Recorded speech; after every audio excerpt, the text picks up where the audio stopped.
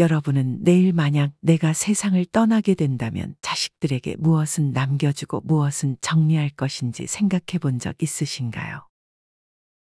사실 죽음이라는 것은 누구에게나 언제든 찾아올 수 있는 일이지만 대부분의 사람들은 자신의 죽음에 대해 잘 준비해 놓지 않습니다. 죽음은 생각하기 싫을 뿐더러 미래의 일일 것이라고만 생각하고 정리를 한다 하더라도 무엇을 정리해야 하는지 또 어떤 것부터 손대야 할지 감이 안 잡히기 때문입니다. 하지만 갑자기 나에게 찾아올 수도 있는 죽음에 대해 우리는 미리 사생활을 정리해 두어야 합니다. 세상을 떠나고 나서 절대 그 누구에게도 보여주고 싶지 않았을 나의 사생활이 자식들이나 손자들까지 알게 되는 경우가 허다하다고 합니다. 실제로 돌아가신 어떤 할아버지의 옷장에서 여성 속옷이 나온 적도 있었고 돌아가신 할머니 서랍에서는 성인용품이 나온 경우도 있었다고 합니다. 이외에도 갑작스러운 죽음으로 자식이나 손주들이 고생하지 않도록 미리미리 정리를 해두어야 합니다. 그렇다면 어떤 것들부터 정리해야 할까요? 크게 세 가지로 나눌 수 있습니다. 첫 번째는 필수로 준비해야 될 것들. 예를 들어 기본 정보나 유산, 재정에 대한 문제, 나의 인터넷 계정 등이 해당합니다. 기본 정보에 해당하는 것은 운전면허증, 주민등록증, 여권 등의 신분증과 만약에 부동산이 있다면 부동산 문서, 자동차가 있다면 자동차 등록증을 잘 모아놓고 어디에 보관했는지 미리 자식들이 알아보기 쉽도록 적어놔야 합니다. 또한 변호사나 유언집행자가 있다면 주요 연락처 정보를 반드시 기록해주고 나의 부고 사실을 누구에게 알릴 것인지 혹은 어떤 특정 인물에게 연락을 부탁할 것이라면 그 인물이 누구인지와 그 사람에 대한 연락처 정보까지 잘 적어놔야 합니다. 만약 핸드폰의 패턴이나 비밀번호를 설정해 놓았다면 자식들이 연락처에 접근하기 쉽게 이에 대한 정보를 알려주는 것도 필요합니다. 본인이 아니라면 패턴이나 비밀번호를 알아내는 것도 정말 까다로운 일이기 때문입니다. 유산에 해당하는 것은 유언장이나 귀중품을 어디에 보관하고 있는지 그리고 누구에게 물려줄 것인지에 대한 것들과 만약 내가 아픈 배우자를 모시고 있다면 그에 대한 정보를 적어 놓아야 합니다. 아무래도 자식들은 배우자를 직접 돌보는 남편이나 아내만큼 아픈 배우자에 대해 잘 알지 못할 수 있습니다. 몸이 불편한 배우자가 어느 병원에 다니는지 약은 언제 먹어야 하는지 어떤 증상일 때가 위험한 증상인지에 대해 상세히 적어 자식들이 직접 모시거나 요양보호사에게 돌봄을 받을 때도 그 정보를 잘 넘겨주어야 합니다. 만약 반려견이나 반려묘를 키우고 있다면 이런 애완동물에 대한 정보들도 마찬가지로 정리를 해두면 좋습니다. 내가 키우는 반려견이 어느 병원에 다니는지, 어디 아픈 데는 없는지, 식사는 어떻게 하는지 등을 상세히 기록해 둔다면 자식들에게 큰 도움이 될 것입니다. 재정에 해당하는 것은 은행 계좌 리스트와 연금 수령 여부, 정부 지원금, 부채가 있다면 부채 관리, 보험 가입 여부 등을 상세하게 작성해야 합니다. 통장의 비밀번호 같은 것도 본인이 아닌 경우 알아내기 힘든 경우가 많습니다. 그리고 한동안 모르고 있었는데 부모님의 채무 사실을 뒤늦게 알게 된다면 부채에 불어난 이자는 점점 커져 자식들에게 큰 부담이 될 수밖에 없으니 부채에 대한 여부도 반드시 잘 알려줘야 합니다.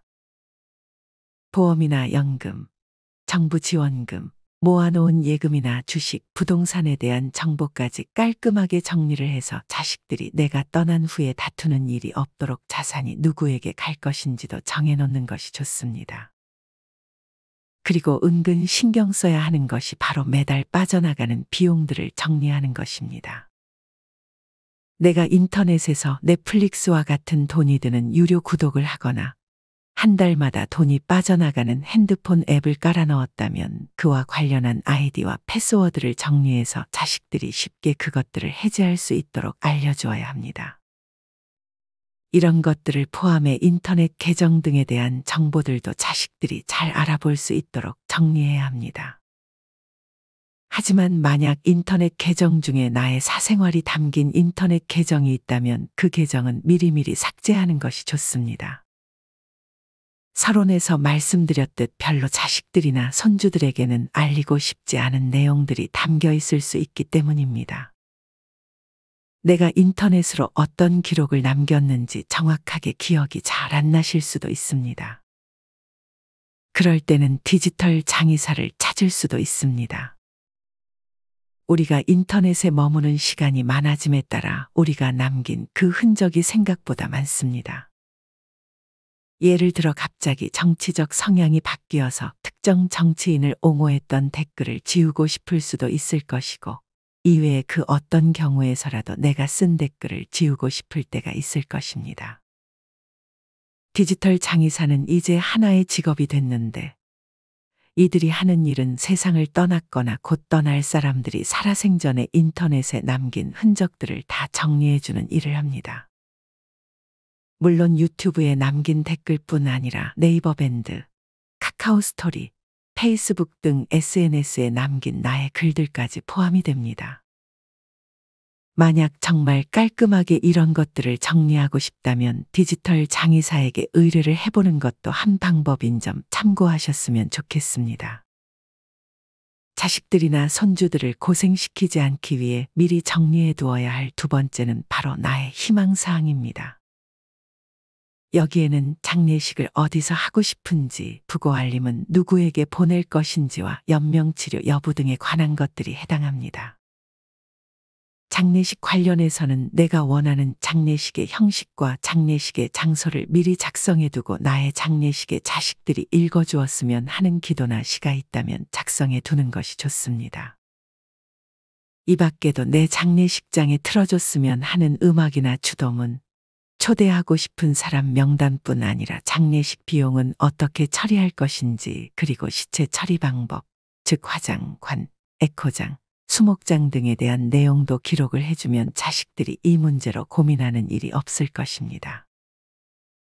또한 내가 영정 사진으로 희망하는 사진이 있다면 이것도 미리 알려주는 것이 좋습니다. 부고 관련해서는 부고 알림을 어떻게 보낼 것인지, 즉 부고에 어떤 말들이 적혀 있었으면 좋겠는지에 대한 내용을 넣을 수 있고, 부고를 보내고자 하는 사람들의 명단과 이를 문자로 보낼 것인지, 아니면 특정 인물을 통해서 연락을 돌리게 할 것인지 등에 대해 정리를 꼭 해두어야 합니다. 그 다음 가장 중요한 것은 연명 치료의 여부가 아닐까 생각합니다. 내가 의식을 잃었고 깨어날 확률이 희박하다면 이때 자식들은 정말 괴로울 수밖에 없을 것입니다. 이 문제로 인해 자식들이 다투게 되거나 수많은 병원비를 감당해야 할지도 모릅니다. 살아생전에 반드시 연명 치료 여부에 대한 나의 생각을 자식들에게 알려주거나 작성을 해놓아야 합니다. 자녀들은 연명 치료를 진행하는 것도 중단하는 것도 부모님께 불효할까 걱정하는 경우가 많습니다. 결국 건강할 때 우리 부모님 스스로가 이 문제를 결정하는 것이 좋습니다. 아직도 전국적으로 1,500여 명이 본인의 의사와는 관계없이 인공호흡기에 의지해 연명 치료를 받고 있는 것으로 나타났습니다.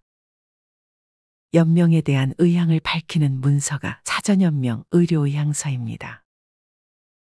사전연명 의료의향서는 보건소나 국민건강보험공단 본부 및 지사 등 국가에서 지정한 등록기관을 방문하여 상담 후 작성할 수 있습니다. 나중에 하려고 하면 정말 후회하는 상황이 생길 수 있으니 이와 관련된 부분은 시간을 내서라도 미리 준비를 해보셨으면 좋겠습니다. 자식들이나 손주들을 고생시키지 않기 위해 미리 정리해 두어야 할 세 번째는 자식들 혹은 배우자, 그 밖에 내가 신세를 진 사람에 대한 고마움을 표시하거나 잘못한 행동이 있다면 사과를 담은 편지를 작성하는 것입니다. 혹은 자식들에게 이제껏 어떻게 살아왔는지에 대한 나의 삶에 대해 알려주는 편지를 작성할 수도 있습니다. 자식들은 부모님이 어떤 인생을 살았는지 잘 모르는 경우가 많습니다. 부모님은 학창시절에 어떤 학생이었는지, 어린 시절에 재밌는 추억은 없었는지, 할머니, 할아버지에 대한 기억은 어떤지, 어떤 일을 계기로 결혼을 결심했는지 등 자식들이 알지 못했던 부모님의 인생 이야기를 들으면 더욱이 자식들이 부모님에 대해 알지 못했던 것들을 알게 되고 친밀감을 느낄 것입니다. 그리고 무엇보다 중요한 것은 내가 하고 싶었던 말들을 하는 것이 아닐까 생각합니다. 내가 무언가 고마움을 갚지 못했거나 사과를 하지 못한 대상이 있다면 감사의 표현, 사과의 표현을 하지 못한 것만큼 후회되는 일은 없을 것 같습니다. 살아생전 감사와 사과의 표현을 하면 좋겠지만 직접 말하기가 어렵다면 편지로라도 꼭 작성을 해놓고 누군가에게 부탁을 해 내가 작성해 놓은 편지가 그 당사자에게 꼭 전해질 수 있도록 적어 놓아야 합니다. 어떤 임종체험에 참여한 사람들은 죽을 때 가장 후회하는 것으로 건강을 챙기지 못한 것, 남을 가슴 아프게 했던 것, 고마워 사랑해라고 말하지 않았던 것, 죽음을 준비하지 못했던 것을 후회했다고 합니다. 이처럼 마지막에 말씀드린 내용은 무엇보다 가장 중요한 것일 수 있으니 꼭 고마움과 미안한 마음이 있다면 반드시 직접 혹은 편지로라도 나의 마음을 표현해 보셨으면 좋겠습니다. 여러분은 오늘 말씀드린 내용 중 지금 준비하는 것이 있으신가요? 아직 준비하고 있는 게 하나도 없다면 이 중 하나씩만 골라 차근차근 자식들과 손주들이 고생하지 않도록 정리해 보셨으면 좋겠습니다. 유럽의 스웨덴에서는 새로운 정리법으로 데스클리닝 열풍이 불고 있다고 합니다. 이는 연령에 관계없이 한 번쯤 죽음을 가정하고 주의를 정돈해 보는 것을 의미합니다. 내가 세상을 떠난 뒤에 자식들에게 물건을 정리하게 만드는 대신 내가 살아있을 적에 미리 버릴 물건은 버리거나 기부하고 이 밖에 정리할 것들을 잘 기록해 두는 것입니다. 사실 죽음이라는 단어는 부정적이고 암묵적으로 금기시되는 단어이기도 했습니다. 하지만 이제는 사람의 죽음에 대한 인식이 빠르게 바뀌고 있다고 합니다.